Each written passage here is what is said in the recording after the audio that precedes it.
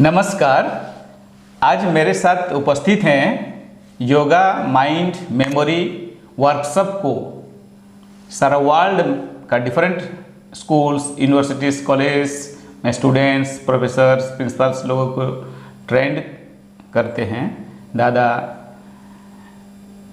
आचार्य कृपामयानंद अवधूत, जो कि आनंद मार्ग प्रचार संघ का एक सीनियर मोस्ट मॉन्क हैं।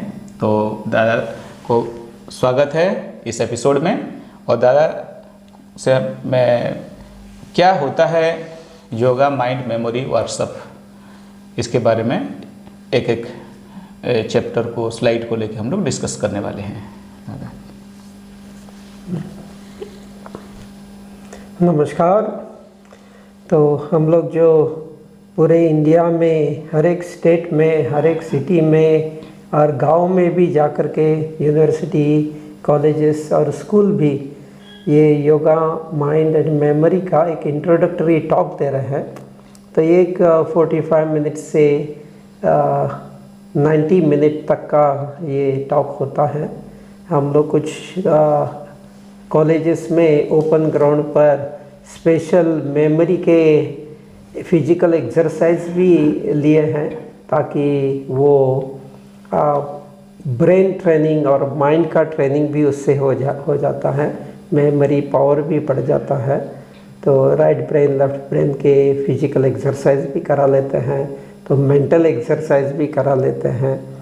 तो ये योगा माइंड एंड मेमोरी का इंट्रोडक्टरी टॉक है। अगर डिटेल जानना है तो योगा माइंड मेमोरी का एक किताब भी है, जो हम लोगों के गुरुदेव ने एक लेक्चर दिया था, माइंड ग्रोज इन मैग्नीट्यूड।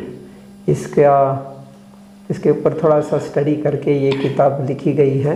तो उसमें आपको डिटेल सारे माइंड के बारे में, मेमोरी के बारे में सारी जानकारी मिल सकती है जी। तो इंट्रोडक्टरी टॉक में तो सब कुछ एक्सप्लेन नहीं कर सकते हैं, तो जिसको ज़्यादा इंटरेस्ट है वो किताब से पढ़ करके भी कर सकता है, या हम लोग 3 दिन का जो फुल ट्रेनिंग कैंप होता है उसमें प्रॉपर फुल ट्रेनिंग हो जाती है।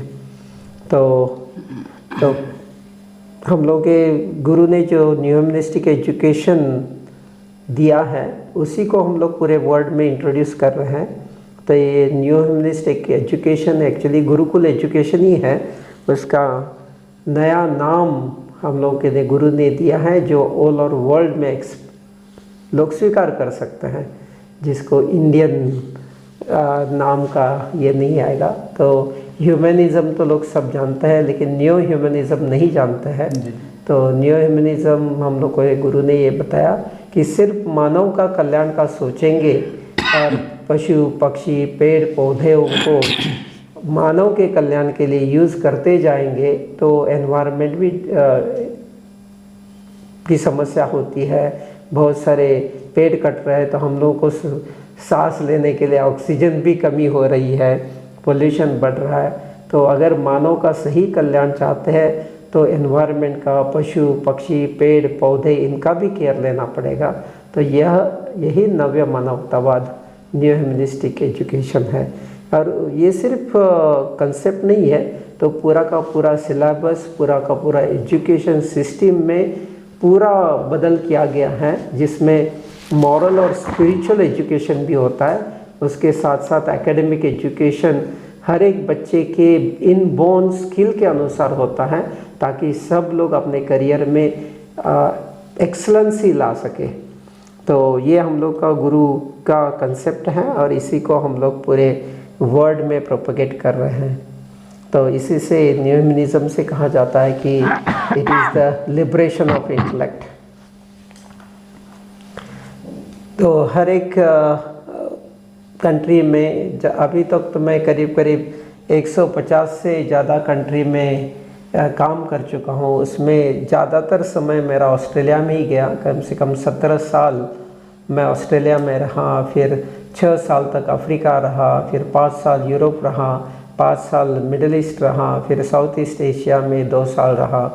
तो इस तरह से हम लोग रिलीफ वर्क भी कर रहे हैं और उसके साथ मेरा ये पर्सनल इंटरेस्ट है कि हर यूनिवर्सिटी कॉलेज में जा कर के एक नया जनरेशन को मॉरल और स्पिरिचुअल बनाने में मदद करे, उनके एज अ स्टूडेंट लाइफ में जो समस्या होती है उसका भी समाधान कर सके।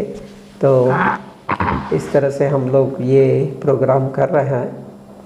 तो इसमें हम लोग का गुरु ने कुछ डेफिनेशंस दी है, जैसे सा विद्याया विमुक्तये, माने एजुकेशन क्या होता है उसके बारे में गुरु ने डिटेल बता दिया है।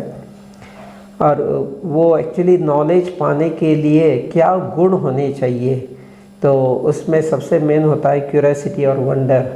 जब क्यूरियोसिटी नहीं रहेगी, कुछ ज्ञान पाने की इच्छा ही नहीं रहेगी, तो ज्ञान नहीं मिल सकता है।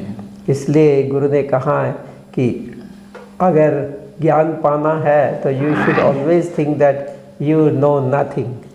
Then only you can get the knowledge. If you think that you know everything, then your mind is closed. You are not ready to learn anything new. And in life there is always something to learn new. In this modern age, every day the mobile system is changing, computer languages are changing, advanced knowledge is coming.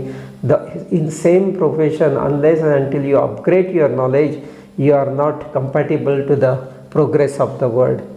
तो इस तरह से memory के लिए क्या क्या ज़रूरी है, ज्ञान किस तरह का होना चाहिए, अंतर्ज्ञान क्या होता है, बहिर्ज्ञान क्या होता है, ये भी गुरु ने बता दिया। और हम लोगों को मंडेन नॉलेज के साथ साथ स्पिरिचुअल नॉलेज की भी ज़रूरत है। तो मेमोरी एक्चुअली फंक्शन कैसे करती है, इसके बारे में भी अभी मॉडर्न साइंस को इतनी जानकारी नहीं है। तो हम लोगों के गुरु ने मेमोरी की डेफिनेशन भी दी है, वो संस्कृत में है, अनुभूत विषय संप्रोसो स्मृति।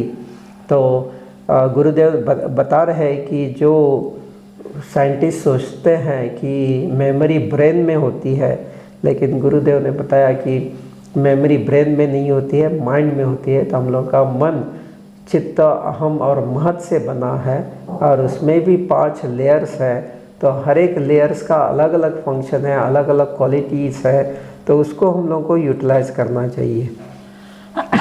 हम लोग के गुरु ने कुछ बेसिक क्वेश्चन भी पूछे कि who are literate and who are educated.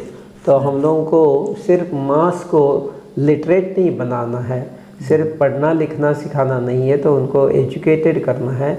जो अच्छा नॉलेज ले सकता है, वो जो भी ज्ञान लिया है वो अच्छी तरह से इसकी समझ रख सकता है और उसको सिखा भी सकता है, और अपने डे टू डे व्यवहार में उसका प्रयोग भी कर सकता है, तो वो एजुकेटेड हो गया। डॉक्टर की पढ़ाई कर ली लेकिन फोरफादर का बिजनेस ही कर रहा है, तो वो मेडिकल पढ़ाई का तो उसको कोई उपयोग नहीं हुआ, एक सर्टिफिकेट ही सिर्फ मिला है।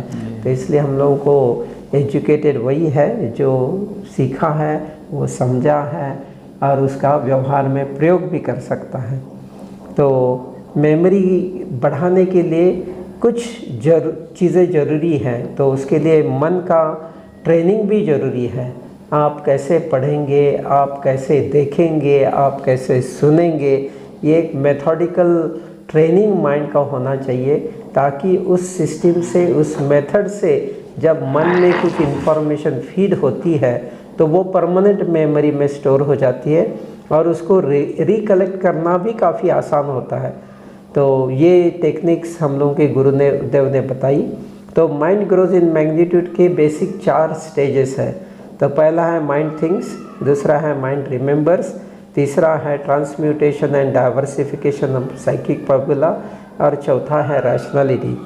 तो अभी हम ये चारों स्टेज तो डिटेल में बताएंगे नहीं, लेकिन जो प्रॉपर थिंकिंग है और उससे अपने आप मेमोराइजिंग कैसे हो जाता है, ये प्रैक्टिकल वर्कशॉप हो जाता है। जैसे सिंपल एग्जांपल, हम लोग के गुरु ने कुछ फार्मूलाज दिए हैं। तो जैसे मैथ्स के फार्मूला होते हैं, उससे मैथ्स के प्रॉब्लम सॉल्व करने में मदद होती है, वैसे कुछ फार्मूला भी हम लोग के गुरु ने बता दिए। तो वो फार्मूलाज को कैसे व्यवहार में लाना है वो भी सीखना पड़ेगा। जैसे एक फार्मूला दिया, सब divide the matter into meaningful part. तो कोई भी समस्या हो तो वो समस्या का समाधान आप नहीं कर पा रहे हैं, तो क्योंकि वो कठिन है, उसका नॉलेज आपके पास नहीं है, कैसे सॉल्व करना है, आपको पढ़ाई में दिक्कत हो रही है, स्ट्रेस है, क्या पढ़ रहे हैं क्या सुन रहे हैं समझ नहीं पा रहे हैं, तो ये एक तो प्रॉब्लम है ही। तो इस प्रॉब्लम की डिग्री हर एक स्टूडेंट में अलग अलग हो सकती है, तो उसी के अनुसार ये फॉर्मूला अगर यूज़ करेंगे तो आपको प्रॉब्लम को छोटे छोटे भाग में डिवाइड करना है। एक साथ सारा प्रॉब्लम आप सॉल्व नहीं कर सकते। पूरा वर्ल्ड में अब एटॉमिक वॉर चल रहा है, अगर कोई एक प्रेसिडेंट सोचेगा इस पूरा हम वॉर को ख़त्म कर देंगे तो हो नहीं सकता है। अमेरिका जैसा राष्ट्र जो सबसे शक्तिशाली है, अगर प्रेसिडेंट चाहेगा कि अभी हम तुरंत वॉर रोक देंगे, लेकिन वॉर तो ऑर्डर करके डरा धमका करके या कुछ पॉलिटिक्स करके रोक सकते हैं, लेकिन एक्चुअली प्रॉब्लम मेन जो है वो बिना सॉल्व किए कोई सॉल्यूशन नहीं हो सकता है। वो टेम्पररी फिक्स काम नहीं करता है, तो फिर समस्या तो वैसी ही रह जाती है, फिर वॉर हो सकता है, फिर प्रॉब्लम हो सकता है। तो इसी तरह से पढ़ाई में भी जो प्रॉब्लम है, जैसे हम लोग के गुरु ने सिंपल एक एग्जाम्पल दे दिया, अगर स्पेलिंग याद करना है तो ज़्यादातर लोग रटते हैं, तो 5 बार 10 बार रटा जाता है, उसके बाद भी वो स्पेलिंग गलती हो सकती है। तो यही फॉर्मूला यूज़ करके अगर आप डिवाइड करेंगे एक बड़ा स्पेलिंग छोटे छोटे पार्ट्स में, तो मीनिंगफुल हो जाता है और वो याद भी रहता है। जैसे हम लोग के गुरु ने ही एग्जाम्पल दिया था स्पेलिंग असैसिनेशन का। असैसिनेशन स्पेलिंग आप याद करने जाएंगे, जैसे हम लोग रटते हैं ASSASSINATION, तो आप 10 बार रटेंगे, फिर याद हो जाता है, 2 दिन के बाद फिर भूल जाता है। असैसिनेशन ASSSINATION का CINATION कन्फ्यूजन आ जाता है। तो उसी को मीनिंगफुल पार्ट में डिवाइड करेंगे तो ASSS माने गधा हो जाता है, फिर ASSS और एक एस लगा दिया उसके ऊपर मैं हूँ, मेरे ऊपर सारा राष्ट्र है।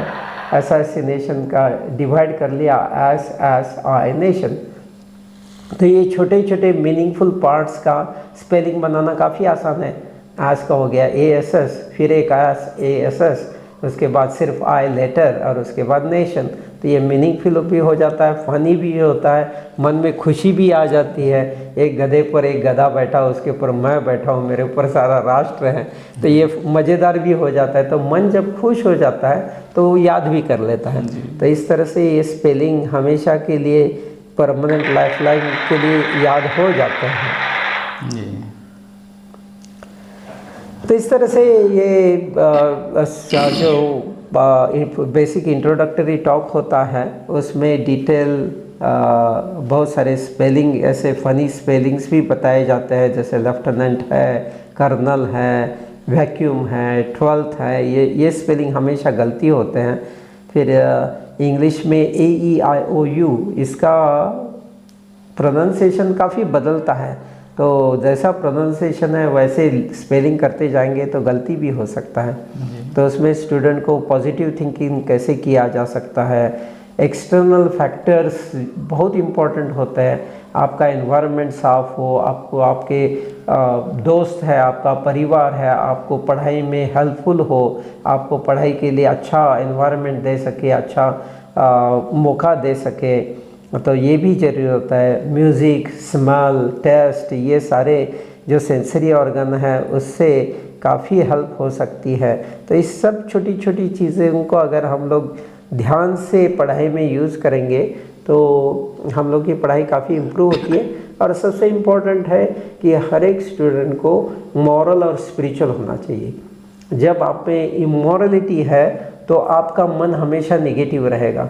अगर आप मॉरल है, स्पिरिचुअल है, तो आप हमेशा पॉजिटिव रहते हैं। आपके लाइफ में हमेशा पॉजिटिव चिंतन से आपको सक्सेस भी मिलता है। अगर आप में इमोरलिटी है, निगेटिव चिंतन है, स्ट्रेस है, तो डिस्प्रेस है, ये निगेटिव चिंतन से ही होता है। सारी बीमारी भी निगेटिव चिंतन से होती है, चाहे शरीर को हो चाहे मन की हो। इसलिए हमेशा मेडिटेशन और ये पॉजिटिव थिंकिंग होनी चाहिए, और वो सिर्फ मेडिटेशन से ही आ सकती है। और इसमें बहुत सारे माइंड के ट्रिक्स भी सिखाए जाते हैं जिसमें आपका IQ भी बढ़ सके, जिसमें आपके ब्रेन के हर एक right brain, left brain, front brain, conscious mind, unconscious mind, इसका कैसे यूज़ करें ताकि आपका ब्रेन फंक्शनिंग ज़्यादा से ज़्यादा एक्टिव हो। ब्रेन के जितने भी 10 क्रेनियल्स नर्व है इसको भी कैसे एक्टिव करना है ये भी इसमें सिखाया जाता है। तो ओवरऑल फिर टाइम मैनेजमेंट और मेमोरी पावर बढ़ जाती है, आपका स्पीड आ जाता है। जैसे बैंकिंग एग्ज़ाम वगैरह में काफ़ी स्पीड की ज़रूरत पड़ती है, तो ये हम लोग अचीव इस इंट्रोडक्टरी टॉक में हो जाता है। फिर मेमोरी ट्रेनिंग के लिए पजल्स, गेम्स ये भी काफ़ी इम्पोर्टेंस रखते हैं। तो इसी इंट्रोडक्टरी में कुछ पजल्स और गेम और कुछ नए नए टेक्निक्स से सिखाए जाते हैं। तो ओवरऑल इसका बेनिफिट काफ़ी अच्छा हो जाता है और एक इंट्रोडक्टरी मोटिवेशन स्पीच ही हो जाता है 45 मिनट में। लेकिन उसके बाद हम लोग जब 3 दिन का कैंप करते हैं, हम लोगों का 1 महीने का हम लोगों के हेडक्वार्टर में भी एजुकेशन ट्रेनिंग कैंप होता है, तो उसमें भी लोग भाग ले सकते हैं और अपना लाइफ को मॉरल, स्पिरिचुअल और एकेडमिकली एक्सेलेंट बना सकते हैं। Thank you for watching. Don't forget to like, comment and subscribe.